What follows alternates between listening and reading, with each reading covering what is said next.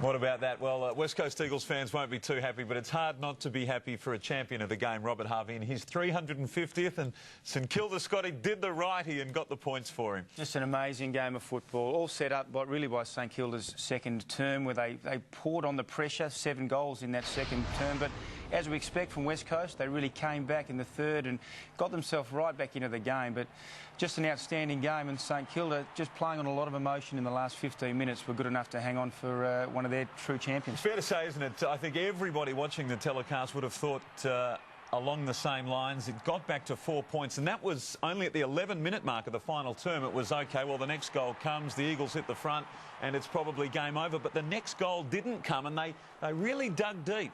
They were hanging, they were on the ropes, St Kilda, there's no doubt about that, but they just couldn't land the killer punch in that, I guess, that 10-minute period. St Kilda steadied.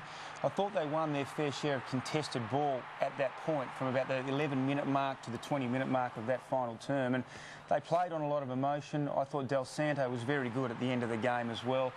And a very relieved Ross Lyon as well. That's a very big win for the club. Certainly is. It's a big win for them. 44 points the lead was out to, and they got it back to 4 points, the West Coast Eagles. But as we said, that next goal just never came. I think it's important just to keep it into perspective as we have a look at the match stats. Some of the players out: Hansen, Cousins, Judd, Butler, Embley and Fletcher for West Coast. They'll be disappointed at losing 4 out of their last 6, but there are some players coming back. 4 out of their last 6, Scotty, and Adelaide, in Adelaide next week. We'll take a break, come back and mull that one over right after this.